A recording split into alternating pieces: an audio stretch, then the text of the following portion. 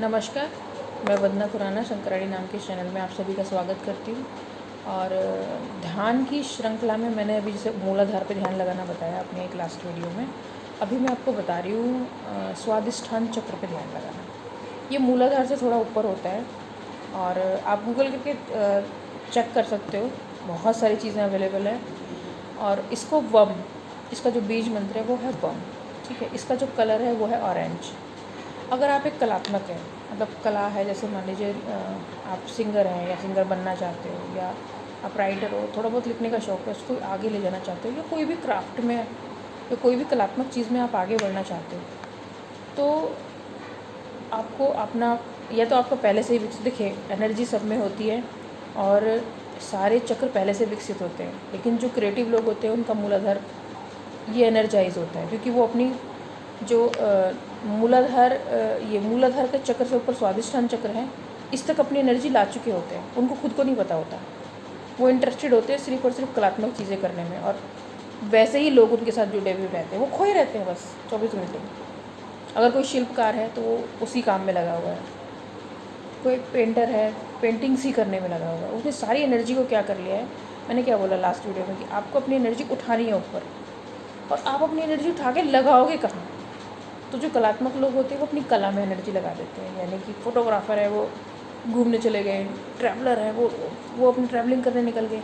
उनकी लाइफ में भी रिस्क बहुत आते हैं, एक्सीडेंट्स होते हैं, प्रॉब्लम्स आती है, लेकिन नहीं, एक जुनून होता है उनके अंदर कि नहीं हमें ये करना है तो करना है। देखिए लाइफ में रिस्क नहीं उठाएंगे तो ज़िंदगी में आपको कुछ मिलेगा भी नहीं। उसका एक छोटा सा एग्जाम्पल है जो मैं सबको देती हूँ। बहुत सारे लोग जब ये सोचते हैं कि हमें कोई काम करें या ना करें, तो मैं उनको एक बात बोलती हूँ सीधी से कि आपकी फैमिली में जब किसी लड़की की शादी होती है या कोई बहू आपके घर में आती है, तो वो भी रिस्क उठाती है बहुत बड़ा, बच्चा पैदा करके।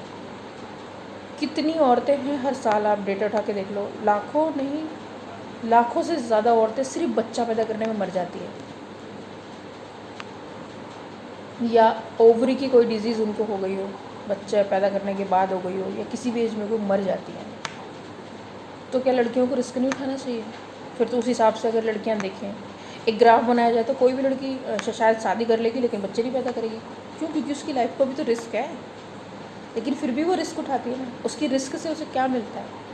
उसको बच्चे मिलते हैं, उसको ममता मिलती है, उसको पता लगता है कि भाई मेरी माँ ने मेरे लिए कितनी तकलीफ़ें झेली, वो अपने बच्चे के लिए वही सब करती है। तब उसको अपने माता पिता की वैल्यू पता लगती है कि मेरे माँ बाप ने मेरे लिए कितना किया होगा जब मैं छोटी थी। उसको एहसास होता है कि हमें अपने बच्चों की परवरिश कैसे करनी है। ऐसे एक आदमी को भी एहसास होता है। लेकिन मैं हर रिस्क उठाने की बात कर रही हूँ। और बहुत सारी लड़कियाँ मर जाती हैं बच्चे पैदा होने में, बच्चे पैदा होने के बाद भी मर जाती हैं, लेकिन वो रिस्क उठाती हैं। तो वैसे ही आपको रिस्क उठाना पड़ेगा अपनी लाइफ में। रिस्क नहीं उठाओगे, संघर्ष नहीं करोगे, तो आगे नहीं बढ़ोगे।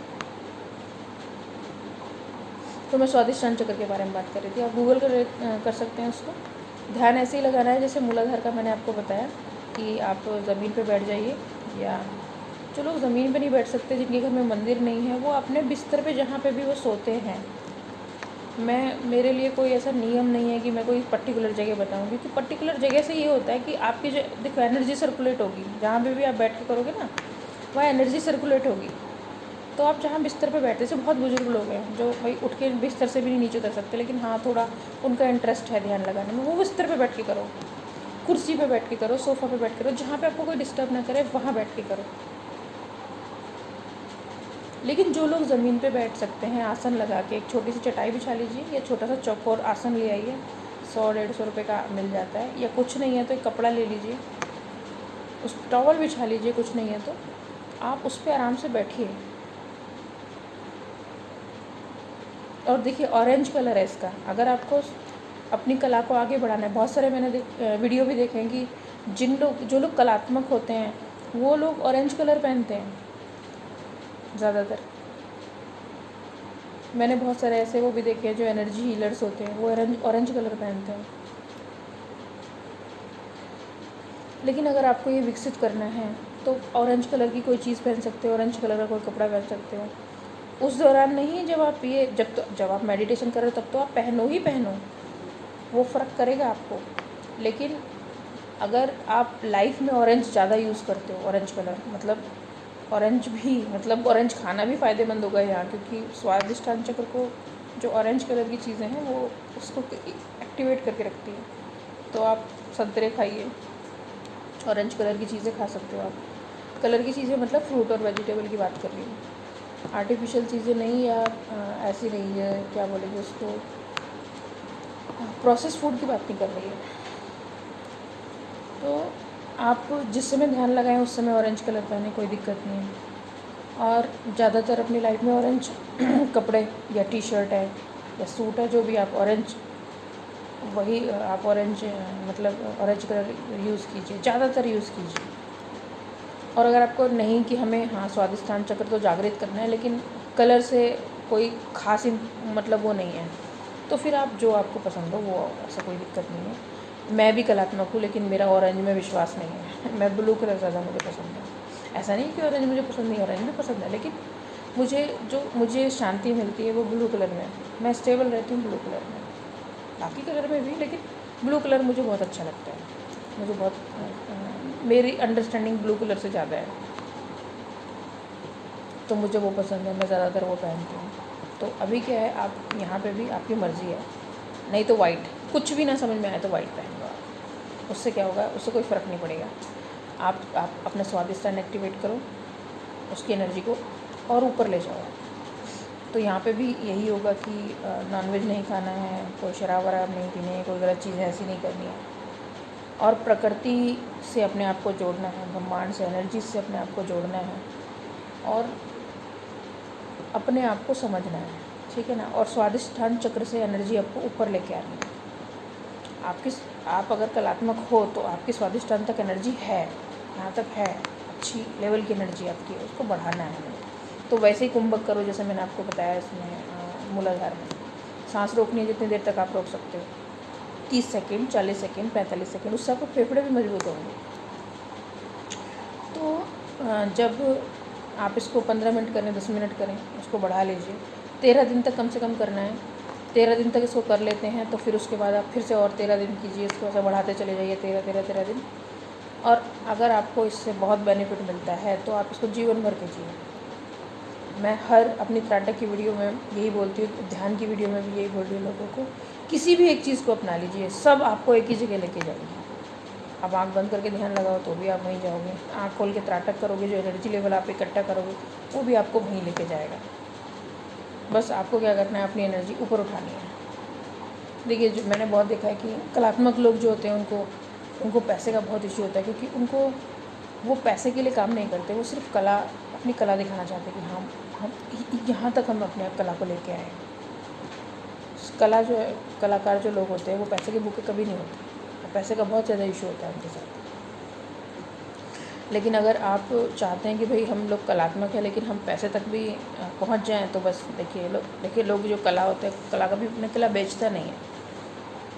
जो कलाकार होता है वो अपनी कला कभी बेचता नहीं है, लेकिन जो कला बेचता है फिर वो होता है ना, मैंने आपको बताया एनर्जी लेवल, आपने प्रोफेशनल हो गए, फिर आप वहीं आ गए, अपनी स्पिरिचुअल वर्ल्ड से वापस निकल आए, बाहर आ गए। तो कब आदमी ऑलरेडी स्पिरिचुअल लाइन में जुड़ा हुआ होता है वो उसको खुद को भी नहीं पता होता है। जब तक आप अपनी कला का पैसा नहीं लोगे, मोल नहीं लोगे, तब तक आप स्पिरिचुअल हो। जब आप उसे बेचना शुरू कर दोगे तो फिर आप हट गए स्पिरिचुअल, फिर आप प्रोफेशनल हो गए।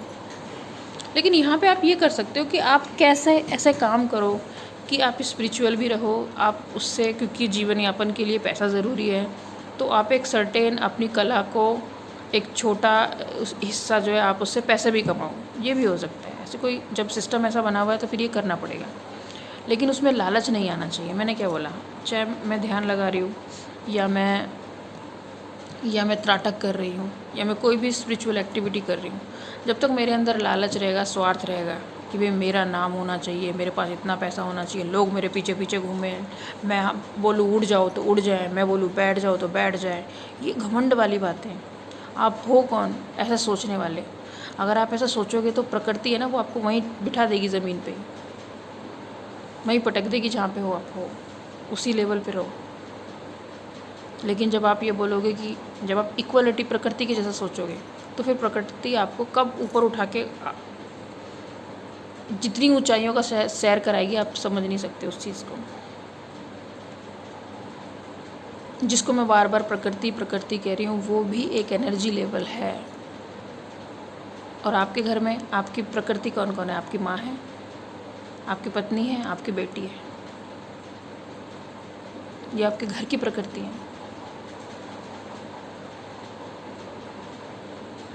और घर से बाहर चाहे फीमेल्स हैं, जो भी हैं, जानवर हैं, या जो भी पेड़ पौधे हैं, ये सब प्रकृति से सभी जुड़े हुए हैं, सभी के अंदर एनर्जी है। तो अब आप समझ रहे होंगे कि कलात्मक होने के साथ साथ भी आपको क्या क्या करना पड़ेगा। कलात्मक होने का मतलब ये नहीं होता कि ठीक है आपको पेंटिंग आती है, आप उसकी एग्जीबिशन लगाएं और बेचना शुरू कर दें। आप अपनी पेंटिंग से क्या दिखाना चाह रहे हो, ये कला है। मान लीजिए मुझे पेंटिंग आती है, मुझे पेंटिंग का बहुत शौक है, तो मैं पेंटिंग में क्या दिखाऊंगी? किसी हीरो हीरोइन की फ़ोटो? नहीं, कोई प्राकृतिक दृश्य। प्रकृति से जुड़े हुए लोग प्राकृतिक दृश्य बनाते हैं, कुछ लोग चेहरे बनाते हैं, कुछ लोग कहानियों का कोई चित्र बनाते हैं।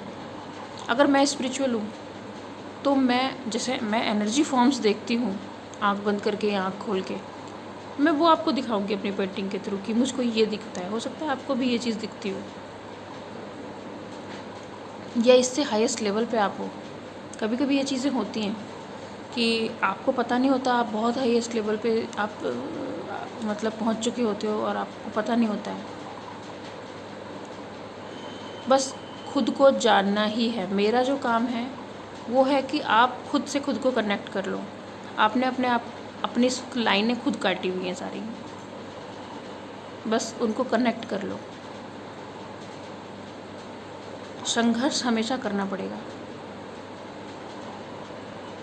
अन्याय के खिलाफ भी, गलत चीज़ों के खिलाफ। अगर आप अन्याय का लिए संघर्ष नहीं कर सकते तो आप प्रकृति के साथ नहीं हो। आप यही चीज़ें हैं। इसके लिए आप, मैंने जो बोला कि किसी न किसी तरीके से जुड़िए। आपको अपने आप को ही जानना है इसमें भी। अगर कोई चीज़ में नहीं समझ में आ रही है तो आप मुझसे पूछ सकते हो। आप फ़ोन कर लो, आप या मैसेज कर लो, कमेंट बॉक्स में लिख दो, व्हाट्सअप कर लो, मैं व्हाट्सअप नंबर डालूँगी इसमें। तो आप जो है पूछ सकते हो कि मैं मेरी लाइफ में, आप अपनी चीज़ें भी शेयर कर सकते हो। सबसे बड़ी हमारे लाइफ में एक समस्या और होती है कि हमारी लाइफ में बहुत सारी चीज़ें हम लोग या तो अपने अंदर सोच के अपना दम घोट लेते हैं, या फिर बहुत सारी चीज़ें ऐसी हमारे साथ हो जाती है हम किसी से शेयर नहीं कर पाते। हम सोचते हैं वो ये बोलेगा, वो ये सोचेगा, वो हमारा मजाक उड़ाएगा, या कोई हमें गाइड ही नहीं कर पाएगा। तो आप मेरे से शेयर कर सकते हैं। अगर आप अपनी कोई चीज़ शेयर करना चाहते हैं कि मेरे साथ ये हुआ, या मैं ये सोचता हूँ, या क्या ऐसा हो सकता है। बहुत सारी चीज़ें, देखो हमारा जब तक हम जानते नहीं ना किसी चीज़ को, तो हमारा क्वेश्चन बैंक फुल रहता है। क्वेश्चंस ही घूमते रहते हैं हमारे माइंड में, दिमाग में। नींद नहीं आती रातों को, पूरी रात आदमी सोचता रहता है। तो वो चिंता करता है, और हमें यहाँ पे क्या करना है, बस 15 मिनट का चिंतन करना है। 15 मिनट नहीं कर सकते, 5 मिनट से शुरू कर लो। अगर आपके 5 मिनट, देखना 5 मिनट आपके 23 घंटे 55 मिनट पे भारी पड़ेंगे। 55 सेकंड पे, 55 मिनट पे, हाँ 55 मिनट पे ये भारी पड़ने वाले हैं आपके 5 मिनट। आपको शायद वो चीज़ें दिखा देंगे जो आप अब तक डिसाइड नहीं कर पाए, लेकिन इसके लिए फिर वही करना पड़ेगा। आपको अपने लिए टाइम निकालना पड़ेगा, और कोशिश कीजिए कि उस दौरान जब आप 5 मिनट या 15 मिनट या आधा घंटा जैसे ही बढ़ाओगे आप इसको, उस दौरान कोई आपको डिस्टर्ब ना करे, ना मोबाइल फ़ोन, ना कोई रिंग, जैसे दरवाजे की घंटी वगैरह बजती है। तो कोशिश कीजिए, मैं जो लोगों को समझाती हूँ, मैं कोशिश करती हूँ कि या तो सुबह का टाइम रखो, या सुबह नहीं उठ पाते तो रात को 10-11 बजे के बाद का टाइम मोबाइल बंद कर दो या साइलेंट मोड पर डाल दो, और उसके बाद आप अपने लिए 10 मिनट निकालो। एक बार शुरू तो करो। अगर मेरी बातों पे विश्वास नहीं आ रहा तो फिर तो ज़रूर शुरू करो। आपको लगता है कि पता नहीं क्या, हर वीडियो में एक नई कहानी, हर वीडियो में एक नई कहानी। देखिए लोगों के साथ भी यही होता है, रोज़ एक नई कहानी होती है। लेकिन हम अगर अपने आप को जान जाएंगे ना, तो रोज़ नई कहानी नहीं होगी। फिर हमें लगेगा ये तो पता था मुझे, यही होना है।